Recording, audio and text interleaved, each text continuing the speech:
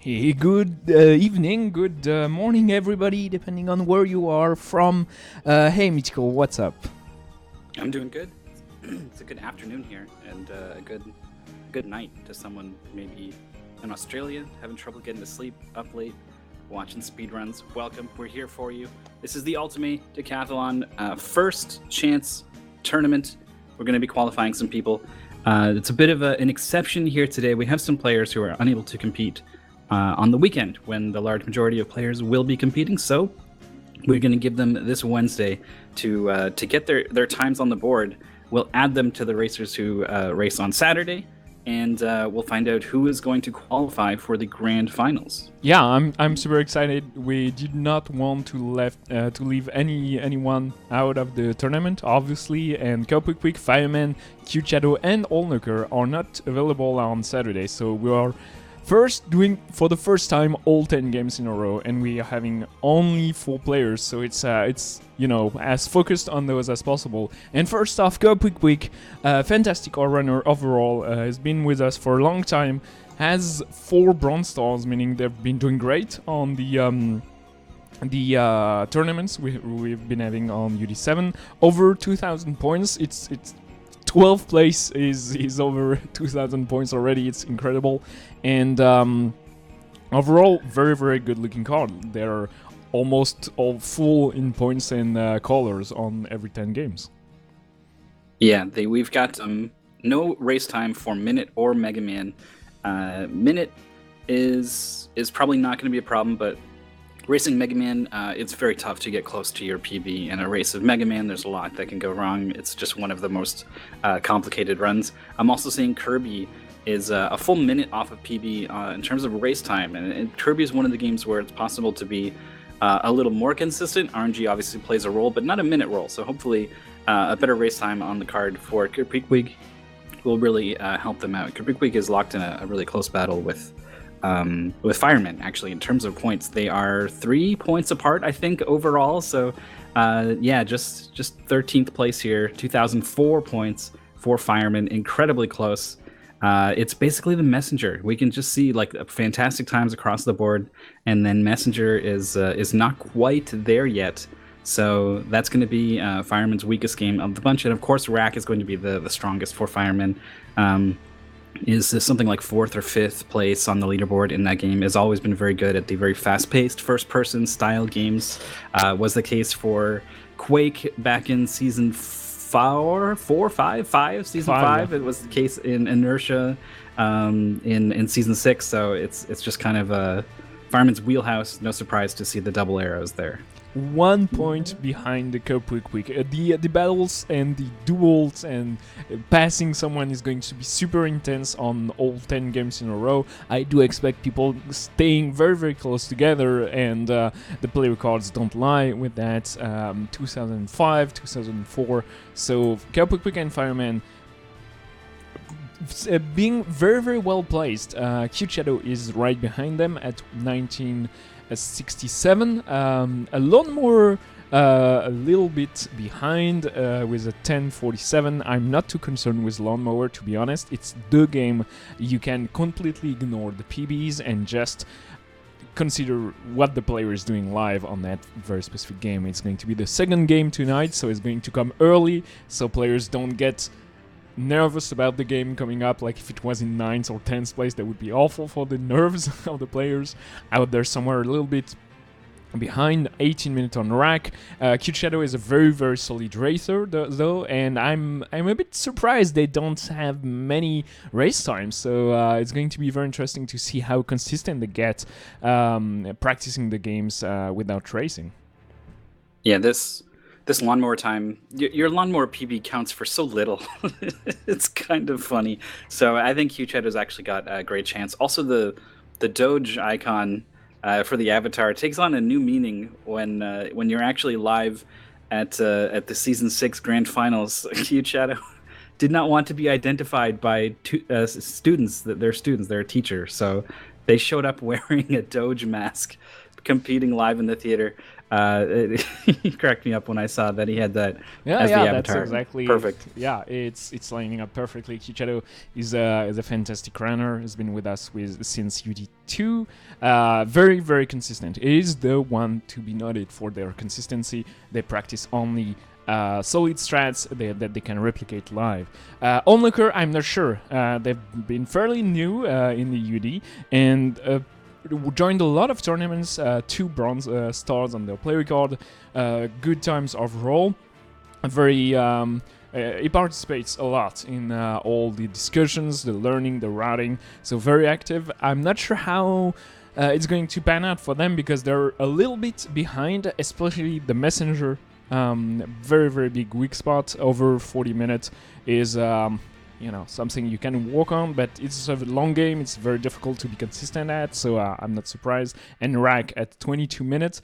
Once again, 6 minutes behind Fireman is going to show that points goes very, very quickly in UD7, so I'm not sure. It's going to be very close, though, because all those games are so short. It goes so fast. I do hope everybody is going to have time to finish all the games because we have max time. So we're going to go very, very quickly through all those games, starting with Out There Somewhere and Lawnmower, because we only have 4 hours and a half and we have to go through all 10 games. So it's going to be super intense for the runners, for us as commentators, and for you as the viewers, because it's going to be tough to follow. Only 4 players for today, once again. Yeah, Onlooker is playing from behind in terms of PB, but is higher up on the race leaderboard than every other competitor here today, just through sheer experience, and that counts for a lot. So we'll see if Onlooker is able to do that, whereas the other 3 are quite close in terms of PB, especially close between Fireman and KIRBY'S. They'll probably be the 2 to watch going forwards. The first 5 games are where Onlooker is stronger, actually. So hopefully we'll get a nice close race through the first 5 games. And like you said, for everyone's sake, we'll hope that everyone goes quickly. We got a lot to do today, but I'm looking forward to it. You can see we're playing every game, all the icons up there, all in a row, all those pretty colors, and it is going to start with Out There Somewhere, which is, I don't know. Would this be the game I would? Is this one I would like to start with? I wonder if I might like something more like Minute or Kirby to start with. Yeah, Out There Somewhere is a difficult one to start with. It's as the UD is going to start all 10 games in a row for the first time. We're going to see that live. It's pretty intense. It's pretty exciting, and Out There Somewhere is a very, very tough first game. It's intense. The skips matters a lot. It's super short, so any missed jump is going to count for something. And I don't know. I don't know what the players are going to want to do. Do you go full steam and try to go for all the out of bounds, or do you go with confidence and you aim for a 9 minutes time? Don't do the out of bounds? I'm not sure what's the good strategy here, but whatever the choice you make, you are going to pay for it heavily. Yeah, this is, regardless of which route you go, if you do lose time on the first game, it affects you for the other games. You need to sort of mentally recover from that blow. So it is extremely important to decide how you want to approach each game, but then when that game happens to be the first game, it becomes doubly important. I don't know. Some of those out of bounds are really tricky, and if I was not feeling particularly warmed up, I would be a little afraid of trying to get some of those. But the first game, obviously you're going in a little cold, but it's the one where you probably have loaded up the game before the tournament starts, and you're playing it and you're practicing a little bit. So I think players are maybe actually a little more likely to go for something rather than having to do it in the middle of all these other games, switching mindsets from one to the next. I can see we're back here with our sound and lovely animation, which is good. Very good that we're back here. Also good that I get to finally hear the music. It was pretty dramatic, actually. It made me want to be a little more serious, lend a little more weight. This is fun. Yeah, if you were to, you run all the games, I think. So if you were to pick a first game out of the bunch, it would be probably Minute or Kirby, you said?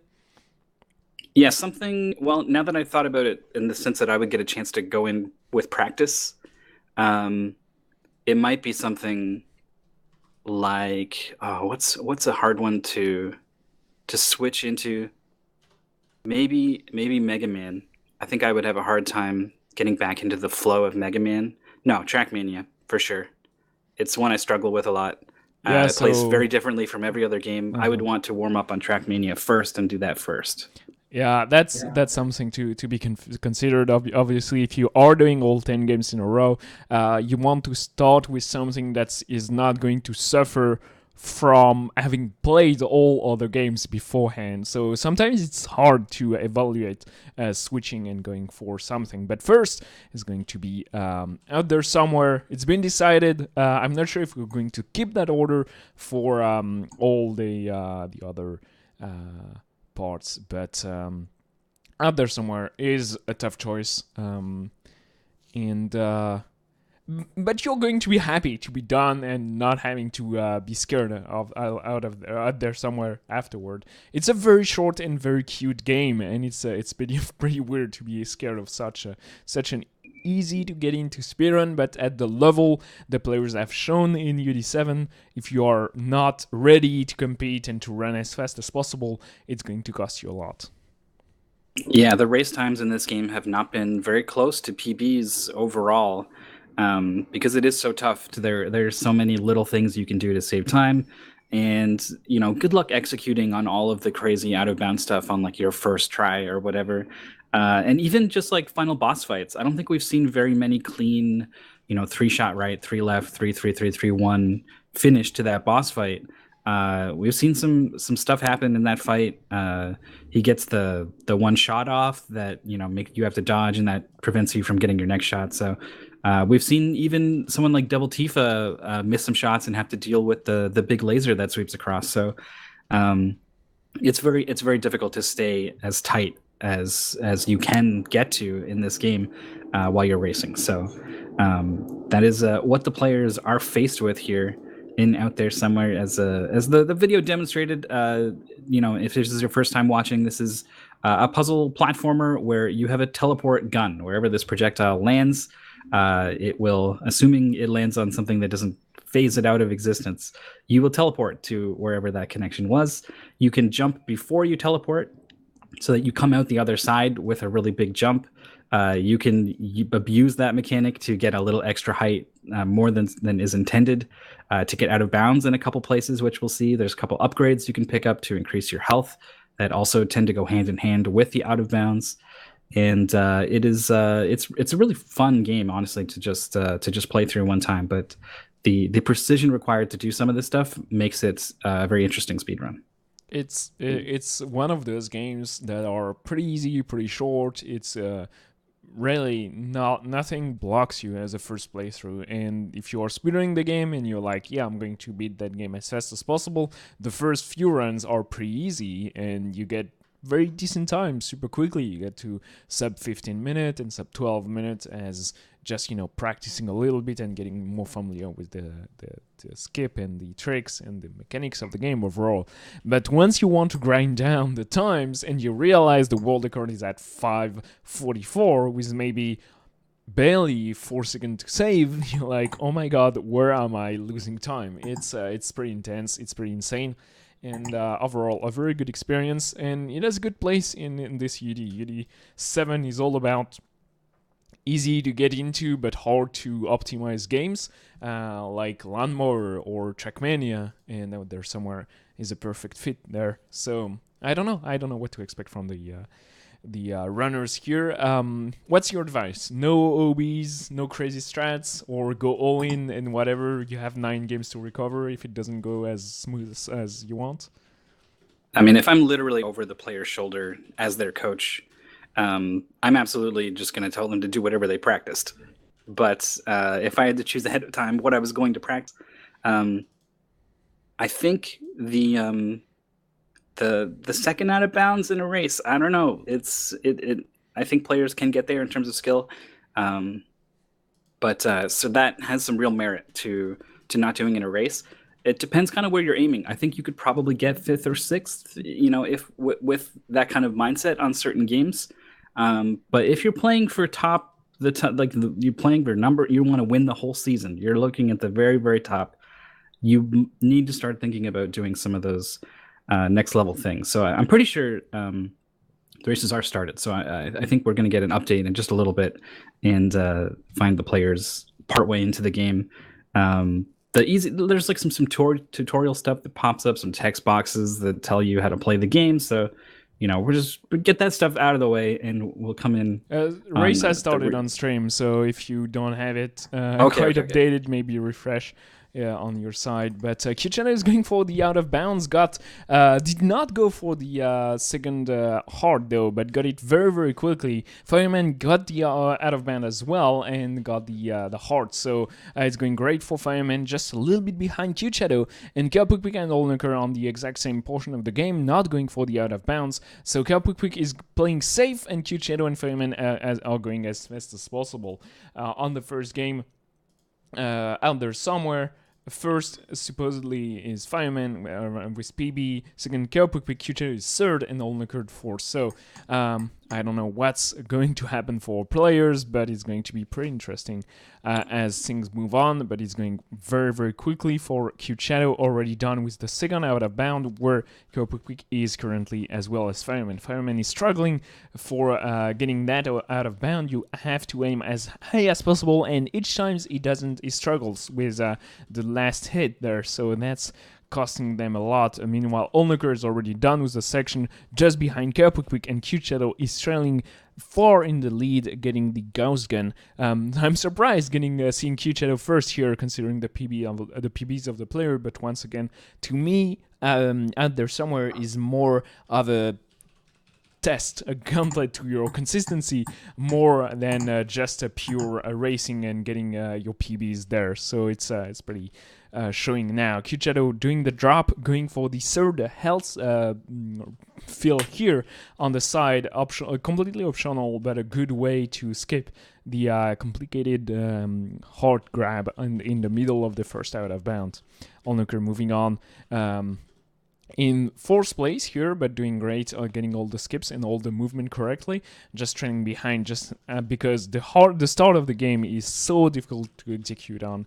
We are 2 minutes and a half into in-game time into the run, and Cute Shadow is still ahead, but not by much. But once again, in this game, seconds count for so much. It's impressive, actually.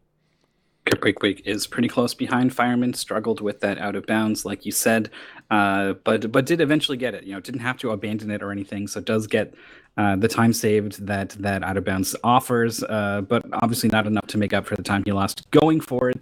That's just something that can happen pretty easily in this game, going for some of the more aggressive strats. There's certainly more opportunities left for players to go for those kinds of things later on, but for now, everyone's probably going to be doing the same strats for a little bit here.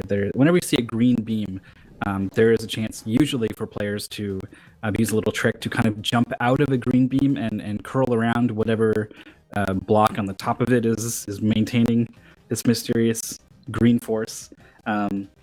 Getting those jumps is pretty tricky. And you usually can try multiple times pretty quickly, thankfully, but it is extremely difficult to get that within even the first 3 or 4 tries. So we'll see how that goes now. Cute Shadow leaping off the top of the tower. Meanwhile, both Firemen on the current have not reached it yet. Kerpukpik is about halfway up, actually, so very close between Cute Shadow and Kerpukpik. We've seen recently someone die after the tower and go back all the way back to the start of the tower. It's to be noted that the deaths can be very, very punitive out there somewhere, so you have to be careful with what checkpoint you take or in which one you do skip. Cute Shadow is doing a great job though at moving through all those rooms, taking intentional damage sometimes. That's why you want to grab all those 3 hearts, is because the angry birds do take 2 hearts at a time, so have to be very careful with your health. Second part of the tower here, you are skipping through tiny parts. Q-Shadow doing a great job at going for some micro optimization here and there, doing all the skips and tricks he knows, and having a very, very good success rate with all the movements they're trying to optimize.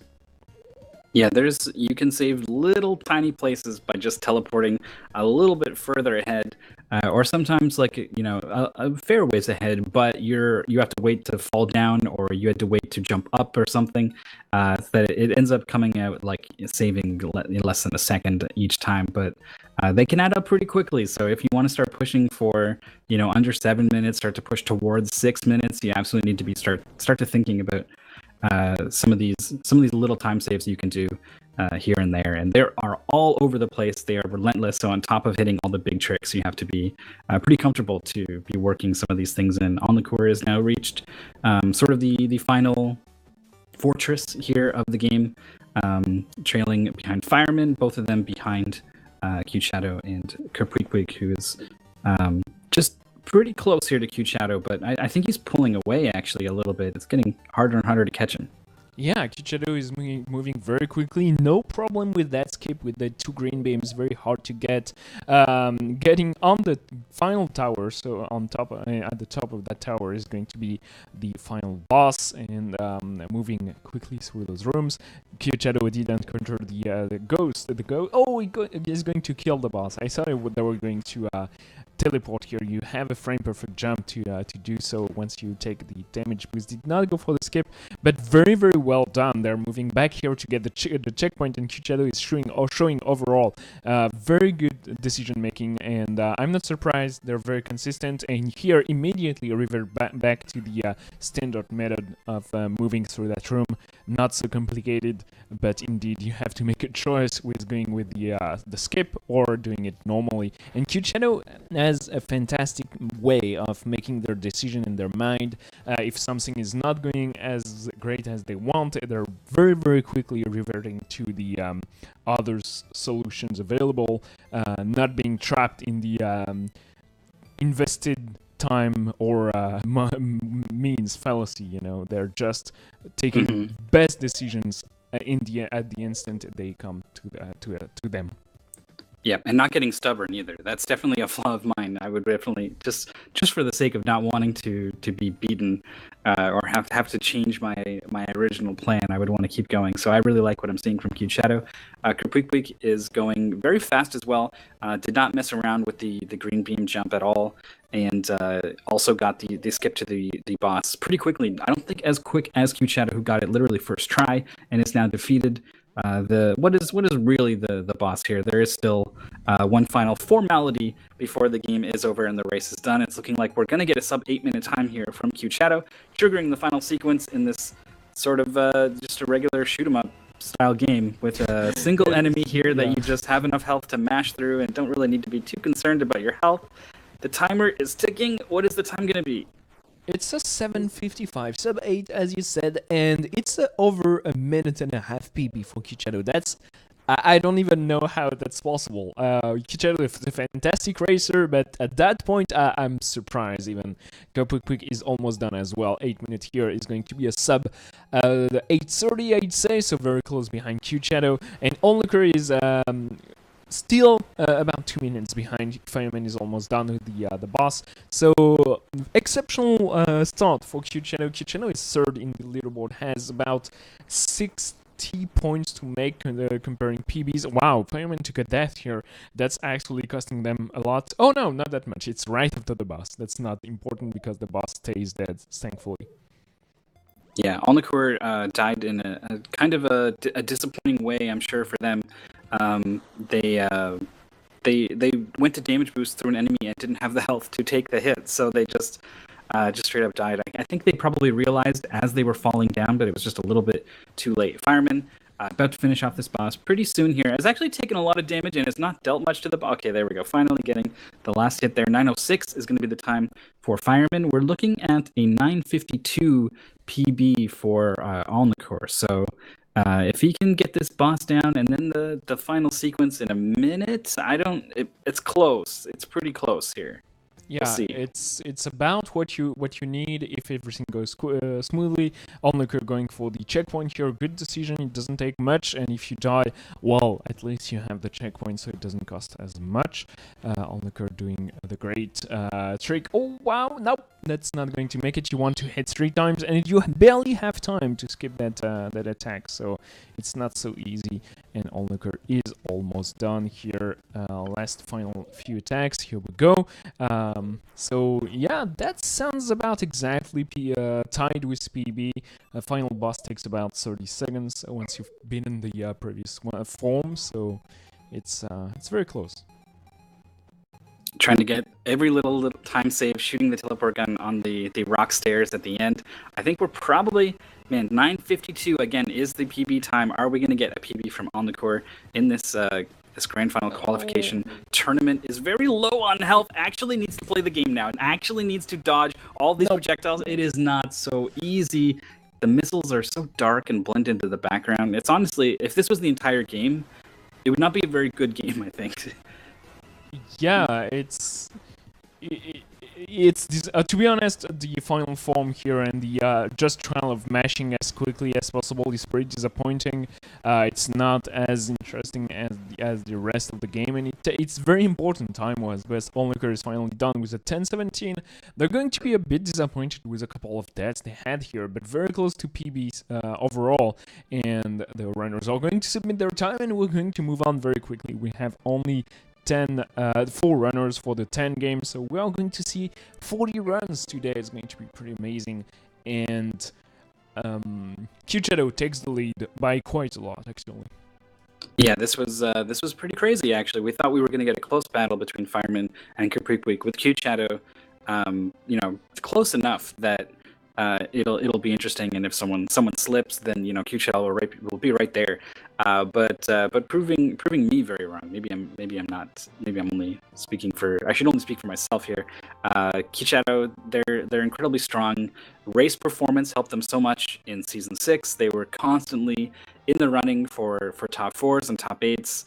And haven't seen too much of them this season, but clearly they are still every bit the player that they were last season. A huge PB, a huge race PB. You know, not many race times on the card. We're gonna get one for every game now for KYRBY'S, and judging by this first game, I think we're gonna get some pretty good ones. Yeah, like this is 200 points for KYRBY'S, so that's 11 points ahead of Fireman. So KYRBY'S PB was 188, so that's 12 points in the bag already. And the difference between KIRBY'S 2005 and KYRBY'S 1967 is only 38 points. So that's already 12 we have in the bag here. And if KYRBY'S moves as quickly as that in every single game, they're going to be unbeatable, to be honest. You cannot hope for PBs every single race, obviously, but just starting so strong and so confidently is going to help them a lot.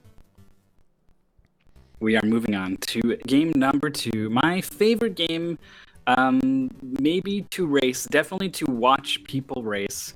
My favorite to commentate, one of my favorites of the UG. It is Lawnmower. You can see the record there popped up at an outdated 5:32. It's been lowered even more now, closer to 5 minutes. This is the sort of time we will never see in a race of this game. It is just impossible. It's very difficult. The game moves so quickly. I'm not sure if we've seen, and I'm actually sure we've never seen a deathless race run, because it's just an insane game. It moves so quickly, it's hard to control, and everything kills you almost instantly. So you have to be taking decisions, because you have to go for a straight pattern that's been decided, but you also have to react for fuel cans that spawn randomly on the field, and your fuel depletes so quickly you could actually think that you are, you know, rocket and not a lawnmower, but you are mowing the lawn, and you go to the next level as soon as you hit 100%, and it's all mowed. So you die by losing all your fuel, or by well, yeah, cutting grass, it's always fuel. but cutting grass or mowing rocks is going to deplete your fuel super quickly, and in the end, you just die. Whatever the speed you go at, if you are boosting or not, your fuel is going to deplete as equally fast. So you have to try to go as fast as possible, and it's very, very difficult to control your mower. Looks like Onukor has not had the greatest start to level 1 here, though. Some street delay is also at play here. So when don't worry, it will not factor into the final times. Oh wow, we're mowing a lot of flowers here. It's KIRBY'S.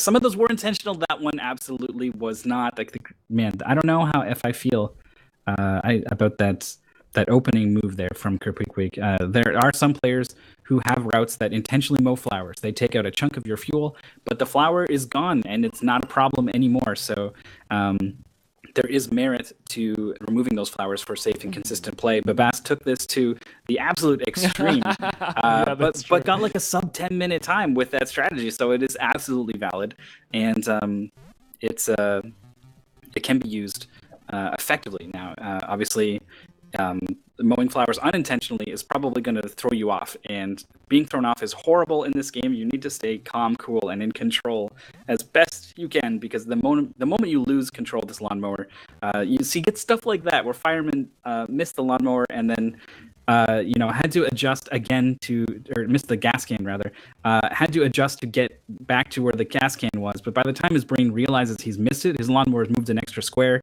So his input again is not going to steer correctly onto. So it takes several moments for your brain to catch up and realize how to adjust to this new thing that's just happened to you. And your lawnmower goes faster than your brain. It's just the way this game is. Yeah, planning for tight like next square turn is very difficult, and we've seen a runner actually plan their round with 2 squares turn, never like only 1 square then change direction, just go for 2. And if you do that, you start to be a bit more precise and confident with your movement. But sadly, the fact that you have to react with the fuel can randomly spawning actually makes it so difficult, and Fireman here not confident to be able to square those, mow those 4 remaining squares, is going to go back to the fuel can and take a little bit of time. But once again, investing time in being safe is actually completely valid and normal to do in a race of lawnmower. KIRBY'S and Fireman in Lone 6, one of the hardest ones.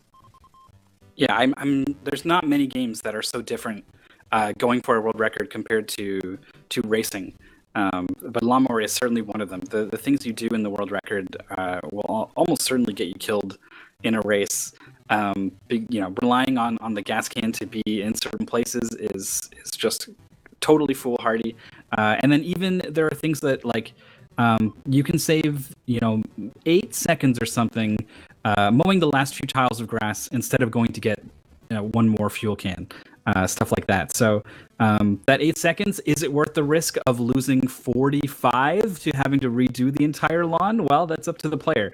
Fireman opted in that situation to go get more fuel, and I think it's probably what I would have done. See, right here, he picked up a fuel can, mowed 0 grass, and then went to get another fuel can. So he's kind of at the mercy of the RNG of the fuel can spawns here. Needs it to be closer. This one is a lot closer, so I think he's going to be able to finish this off now. Lawn 6, one of the most difficult lawns, going to be very happy to have that behind him.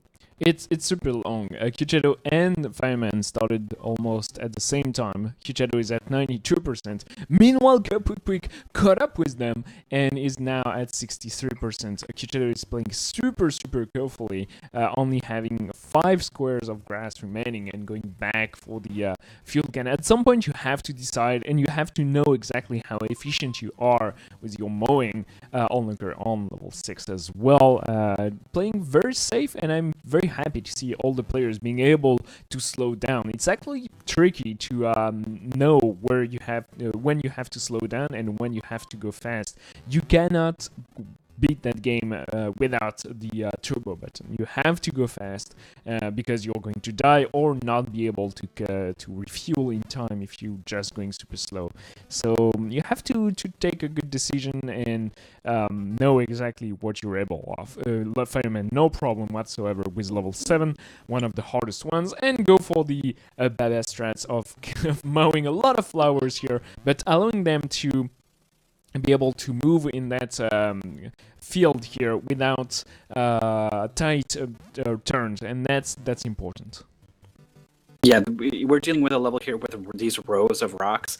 If you drive up next to the rocks and then turn too late, you're going to drive across many rocks all at once. It is guaranteed death if that happens. So you're in danger of instant death in this lawn in a way that you aren't in any of the others. So having your extra flowers mode to give you space to turn before you go right up against those rocks is pretty handy.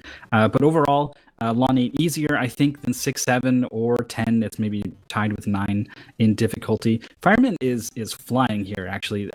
Lawn 7 is a very difficult lawn, and having no problems with that one must make him, feeling pretty confident here. And I actually kind of like this strategy he's got here on this level. Just going to zigzag down to get all the grass in the middle. I like mowing middle grass for the misturn on the flowers. This is something that just happens in this level. Wow, I like the route, I like the strats, and sadly it didn't work out for them. They were so heavily punished. Just going over 3 flowers is going to almost always kill you. And Lone 9 is not too bad if you are able to do what Fireman is doing here, and by mowing those corner rows here back and forth, having tight movement. But on it's one of those few games where one missed input is going to instantly kill you. It's usually pretty rare in video games. Normally you have a little bit of time to adjust, and when you're speedrunning, you're so good at the game that you know how to react. But here, as you said, the game goes way faster than your reflexes or your brain can think, and finally Fireman is done, but that was difficult. Yeah, that is a fantastic recovery. Is still on great pace here. The timer is about to tick over to 7 minutes and is on the final lawn. We've got KIRBY'S on lawn 9, very close behind, actually. We got lawn 8 for Cute Shadow and 7 for On the Cur. So everyone on a different lawn. And here is what happens when you have a row of rocks. You miss your input, you hit all of the rocks, and you're just done immediately. Now, thankfully, this was not the worst death that can happen in this level. This level goes on a long time because of these really difficult patterns on the far edges of the lawn. You will find yourself having to go all the way over just to very carefully mow 5 patches of grass, and then go all the way back to pick up a gas can that is spawned in a tricky place on the other side. So very, very difficult lawn. You can have many worse deaths than we just saw from Fireman, but that was a 20-second time. Oh my god, is he gonna be able to get these nuts? Oh, that's disgusting so much. They were in great pace, and dying twice here is hard, and sadly you have to start all over again, and you have to Cute Shadow. And, wow, 1 square off the fuel can. That's heartbreaking. Mythical, are you with or against the idea of cutting the smile corners on Lone 10? I don't mind the little zigzags so much, because you can kind of think of it as buffering your inputs. I don't know if you actually can do that like exactly, but you can just kind of just do a tap, or just move your thumb, and it works. You can just get the muscle memory down to do that little movement, and so it's something that doesn't bother me. And if it does, but it's such specific person to person, muscle memory to muscle memory. Everyone learns that kind of stuff so differently, that I find myself unable to be in one camp or the other. I think everyone's got to fly their own lawnmower flag here. Yeah. All right, here we go. Finally, Fireman is done. Sub 10, fantastic time. Whatever your time is, if you are able to finish the damn game in a race like that, you are a fantastic player. It's so hard to be just able to resist to the frustration and difficulty the game is making you face here, and KIRBY'S died a couple of times, but is on lone 10 before Onlooker and Cute Shadow. Cute Shadow has a strong lead with under somewhere, for Fireman and KIRBY'S being able to be in the lead here is pretty important. Time is ticking, but on Lawnmower, the game being so difficult, the points don't tick as fast, so it's it's not the most punitive game. Obviously, UD is not made for, having one game that decides it all. We want all 10 games to matter. And KIRBY'S is done. Barely sub 10. Fantastic. Yep, was wondering how they were going to approach. Twice had to make a decision about mowing more grass or heading for the fuel can. Opted for kind of the middle option in both, trying to mow just a little bit more and then going back, giving themselves a bit of extra time to get to the fuel can. Maybe if they accidentally run over a flower or something, they probably would have been able to take that. There's a lot of merit to that style of play because there's so many ways you can die, but you can decrease the chances of that happening. You can play Lawn 6 in a way such that you can go over rocks, and as long as it's just one rock, you will not. There's a chance you can survive. So, giving yourself those extra little opportunities can count for. Cute Shadow not able to get taking a really weird path there. Actually, could have just rode around the outside of the level. Would not have saved time cutting across. You can't go diagonally or anything. So, just a bad decision there. I think more so than the execution. Certainly there was a failure in execution, but like that happens. But it should have been much more up to the player's control to take the best path there, and Cute Shadow not able to find it. So that's going to cost them quite a bit. Lone 10 is so difficult. With all those tiny patches you will have left after you mow most of the left side and the right side, you will have tiny squares of difficult to access patches, and it all depends on the ways you went, but there is no easy and straightforward ways of mowing that lawn. You will have leftovers that you will have to slow down and precisely mow. Those three in the middle are pretty evil, and those tiny ones between squares. But Cute Shadow is done with 11 sub 12 here. I don't know how they're going to feel about that. Cute Shadow's PB is a 1047, so it's not too bad. And I'm not surprised with their PB being higher than some of the others. Cute Shadow usually goes for race strats, and if you only practice for races in Lawnmower, never resetting, it's very difficult to get a good and solid PB. Oh wow, Onlooker dying here, very, very close to fuel can and very close to the end. Yeah, that's pretty painful. It's so tough in Lawnmower when you are in the middle of the screen and the fuel can, you hear the fuel can spawn, and it's possible it's on the left or the right, but you don't know which. You need to move so fast because if you guess wrong, the amount of time required to go to one side, then all the way over to the other, and then potentially wade through this field of rocks and flowers here. It's a very, very scary moment. I think Onlooker panicked a little bit, just slammed the gas straight up through some flowers, and died, of course, as we saw, just so close. But has a pretty good run going here. Gets a fuel can spawn that is pretty nice. When you've got grass on both sides of the field, you want the fuel can to be close to either. Dead smack in the middle is kind of the only thing you don't want to see in that situation, because you can just play on both sides of the field. If the fuel's on the other side, go over there, mow that grass while you get the fuel can. If it's on your side, mow the grass, get the fuel can, and if you're done, you can start heading over to the other side or finish up what you listed. So yeah, this is very, very well done by Onlooker, getting helped out a little bit by that gas. And this one, nice spawns, just smiling down on Onlooker. He's going to get this early, I think. So is he going to try to go for every grass? I think he should, and nice. He is. All right. That went well in the end for Onlooker. Tough game once again. So we are 2 games into UD7 here. We've played through Under Somewhere and Lawnmower, and upcoming is TRACKMANIA, and it's a good time to remember, all of you, if you don't know, that this is the first chance tournament. This is the first chance to qualify to the grand finals. We are having only 4 players, but all those 4 players are going to join the other player on Saturday in the same leaderboard. They are not available on Saturday, so we are just going to input their times as the races go on Saturday, and top 6 is going to qualify directly to the grand finals, meaning 6 lucky winners are going to be able to relax a little bit for the next 3 weeks, and not having to compete and deal with the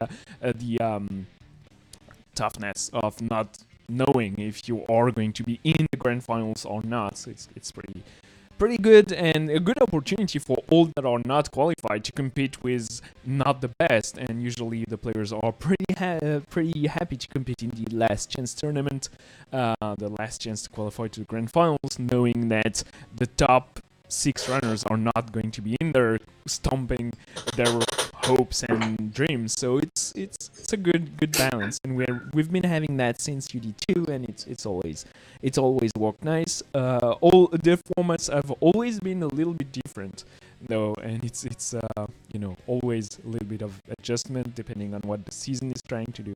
But for now, Quick Fireman, all Cute Shadow and all Nooker are competing with virtually all the other runners that are going to be there on Saturday.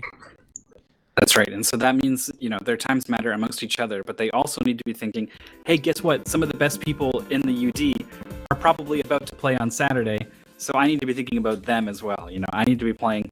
I can't just play to beat these 3 players. So, if I want to make top 6, I need to be thinking about what kind of strats is Devil Tifa going to do, is Taker going to do. Can I beat them at all, or do I not worry about beating them and, worry about strats that can maybe land me in 5th or 6th? These are the kind of decisions people have to make as we get ready to hit the course here in TRACKMANIA, a lovely arcade racer.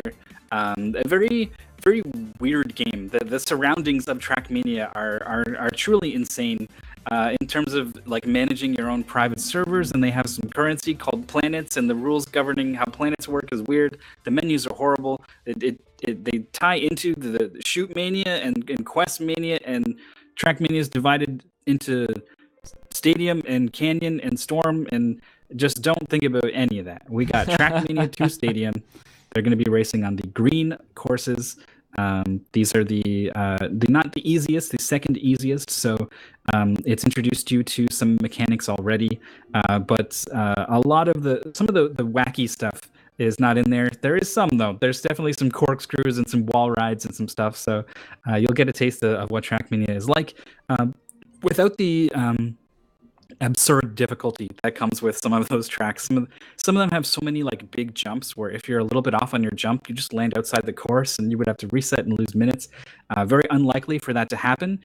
You can see everyone's PBs in this game are within a minute of each other, and that minute is kind of the difference between some of the top players. Quick is 5th overall on the leaderboard, and Onlikur is actually tied for 100th. So there's 100 players crammed in that 1 minute between the 2 of them, and that's just due to the nature of racing games. It's just not too hard to follow a route that gets you a decent time, but the quest to shave all of your half seconds and much less than half seconds frames even on this turn and that turn, and maintaining just a couple more miles per hour as you go around these turns, it requires such a skilled hand that it really is so difficult for players to catch up to some of the top players in the UD, given that many of them were already experts coming into the UD. Racing games have been a part of UD because we're trying to have so many different. We can take a look at the green medals here. Quick has one in every course here. Only a couple throughout the other players. Many of them have track 6. Got a 3 as well for Onlikur, and not that track 6. And it looks like it's only a silver for track 15, which is a very long multi-lap track. You've been practicing a lot of TRACKMANIA and running the game Mythical. what do you said earlier that you wanted to have Trackmania early because it's pretty hard to come into. Do you think having ran Lawnmower and out there somewhere already is going to be difficult for the players to adjust to? Absolutely. Lawnmower, I guess you are controlling something with four wheels and driving it around, but it is a very, very different sort of game. For me, even I'm not even using the same controller for both games, so like just getting my hands used to this other controller, um, and switching gears mentally, it's just such a different thing to play a game in a third dimension even, right? That is enough to put things in a totally different perspective.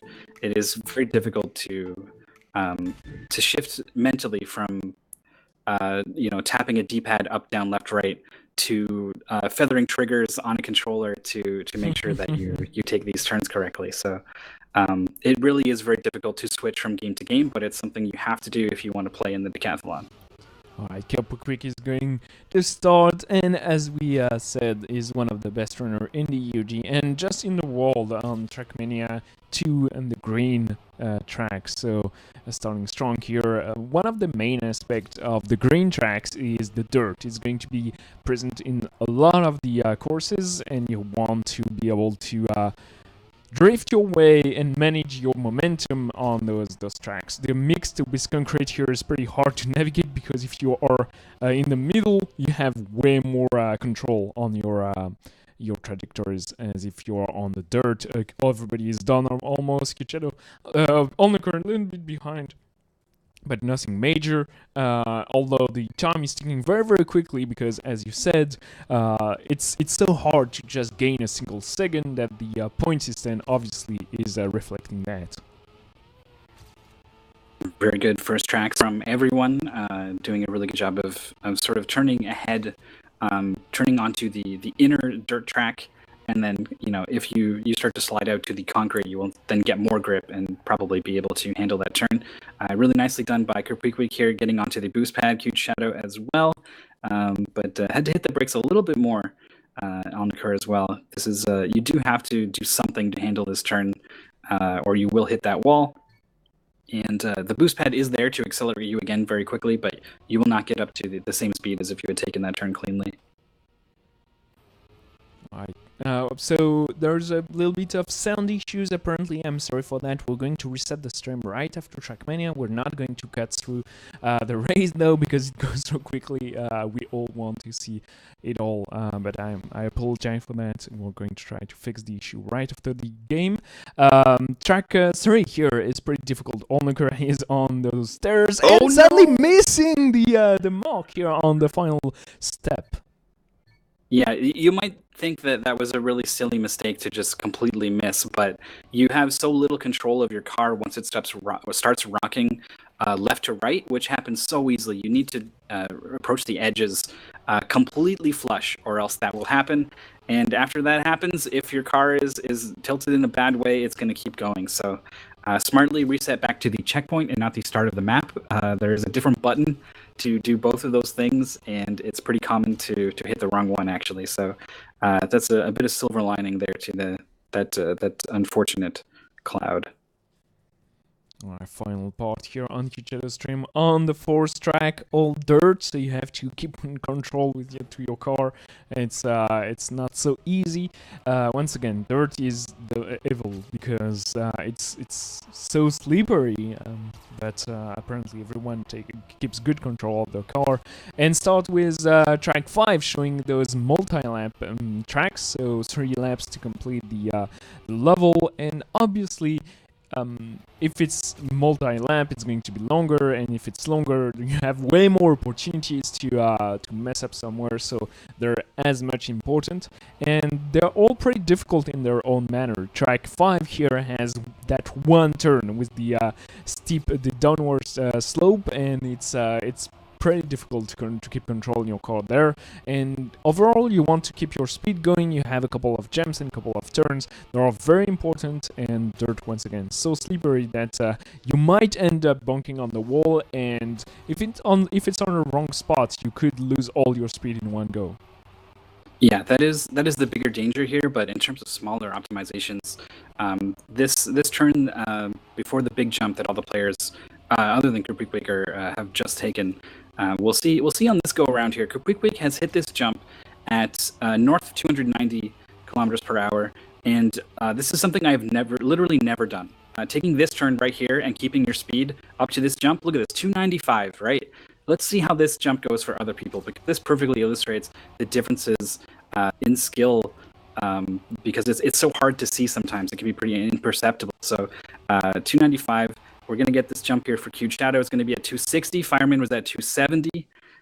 That's 20 kilometers per hour less that just bleeds away on a turn. It's sort of very difficult to figure out how to keep that 20 kilometers per hour. I still haven't figured it out. It's something only that the best players know how to just take this turn just so and get right to the outside, but don't touch the railing.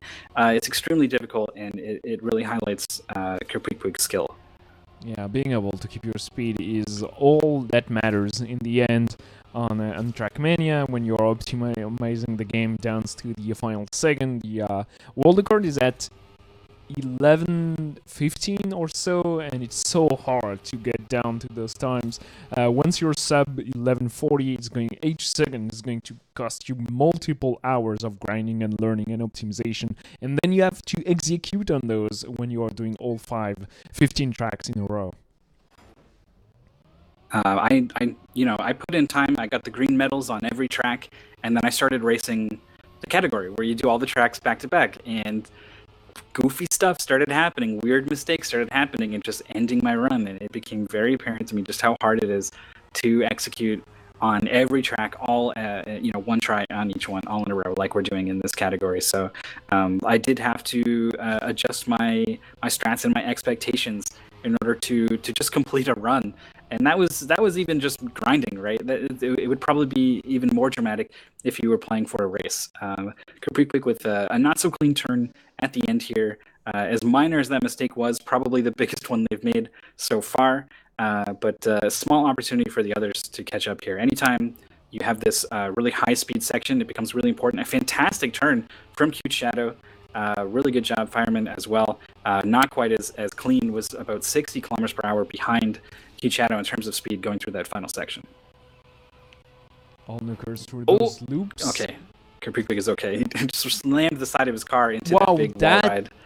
I think that mistake actually saved them so much time on that one turn in the end of track 8. They came along with the exact correct speed they needed, and Fireman here will see what speed they take that turn at, or Cute Shadow even before, but Kerpwick was over 250 kilometers there, and Cute Shadow is past the turn at less than 200. So that saved them so much time, and I think the mistake they made did not cost them so much. Yeah, sometimes mistakes cost you a lot more based on just the nature of the track. If you hit a wall and slow down right before a spot where you're intentionally going to slow down, it's not that big a deal. You've only lost that speed for a very short section of a track. Something like track 15, you're carrying that speed almost constantly through every single lap. So any one mistake you make, you lose that speed for a very long period of time over a whole lot of tracks. So it can hurt you a lot more. So Kerpwick, maybe a little bit lucky, maybe half planned, able to adjust after it happened. There's a lot of factors there, but did that turn much better than Fireman or Cute Shadow, who both crashed. Fireman crashing pretty violently, actually. I saw his speedometer in double digits, so generally not a situation you want to be in this game. Kerpwick is the first one to load up into track 10, which is a multi-lap track with a lot of very tough turns. They are on concrete, so you have an awful lot of control over your car compared to dirt, but they are still tough turns. You need to hit the brakes really hard on some of them, and whenever that is the case, optimizing those turns then becomes very difficult. Yeah, if you want to get a feel of the speed and how much the runners are slowing down, keep an eye on the speedometer, because sometimes you don't see it, but it goes from 350 to 200 very, very quickly, meaning that they've adjusted and reacted pretty well, and seeing on those some turns if they keep their speed or if they slow down more or less than some others. Here Fireman actually keeping more speed, and KIRBY having a lot of troubles in track 10 for some reason.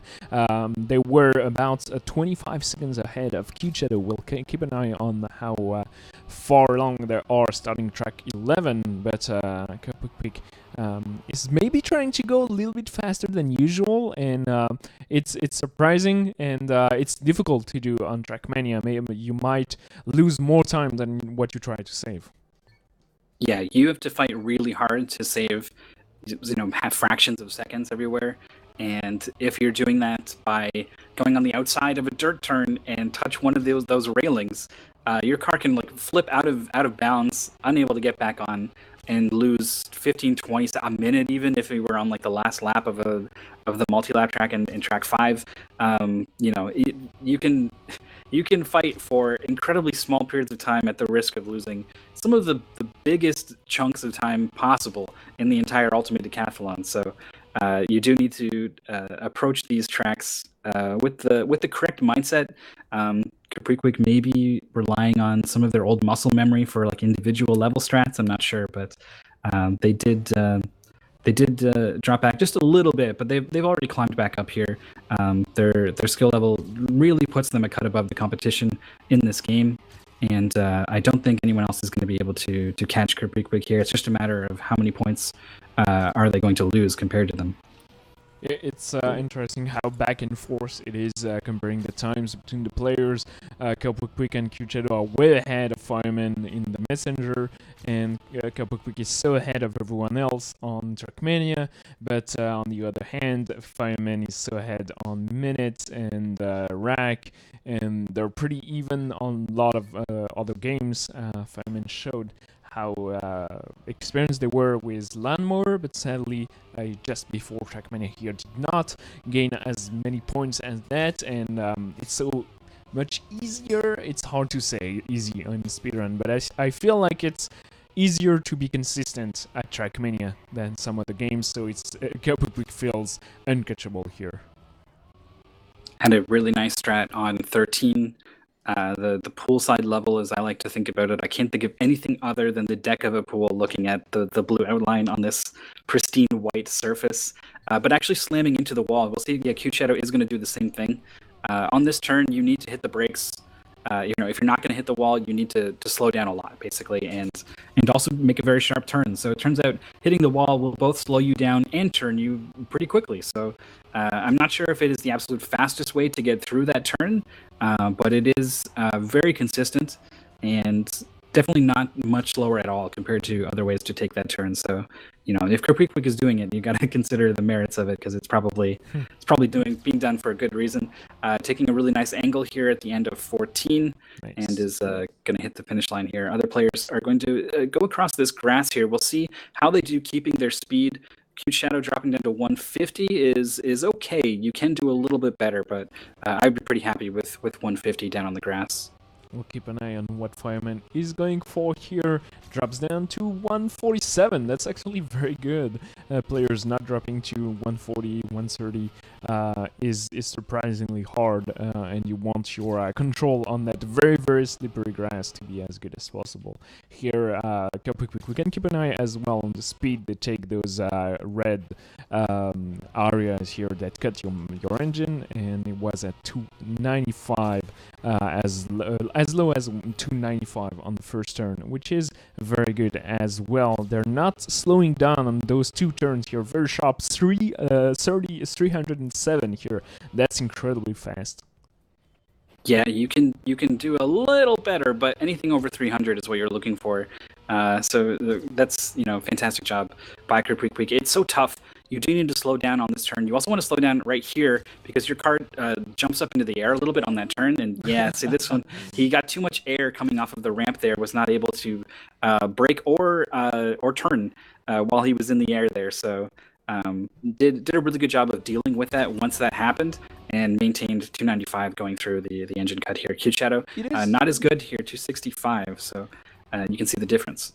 PB for KIRBY, by the way, to 1126. That's Wow. I don't know.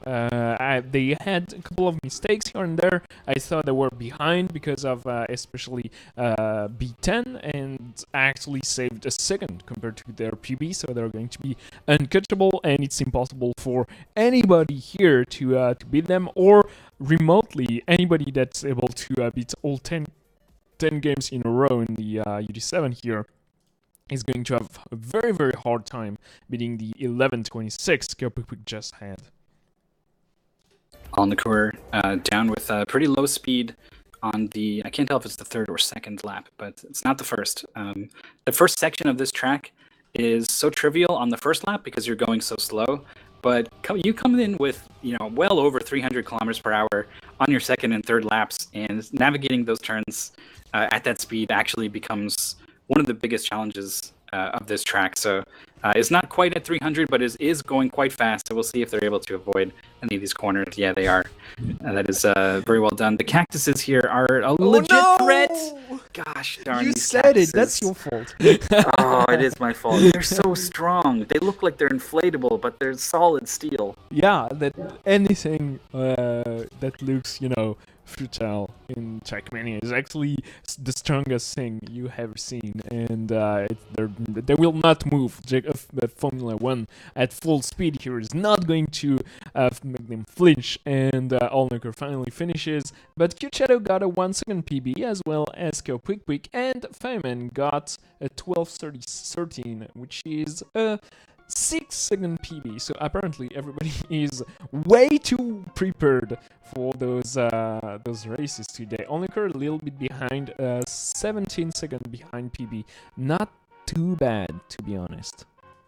No, that's what I would expect. I think the this is one of those cases where he's being overshadowed by some of the other racers, doing literally their best or better. It's very hard to compare against that. So we are going to quickly reset the stream here, come back with 7 more games, so don't go anywhere.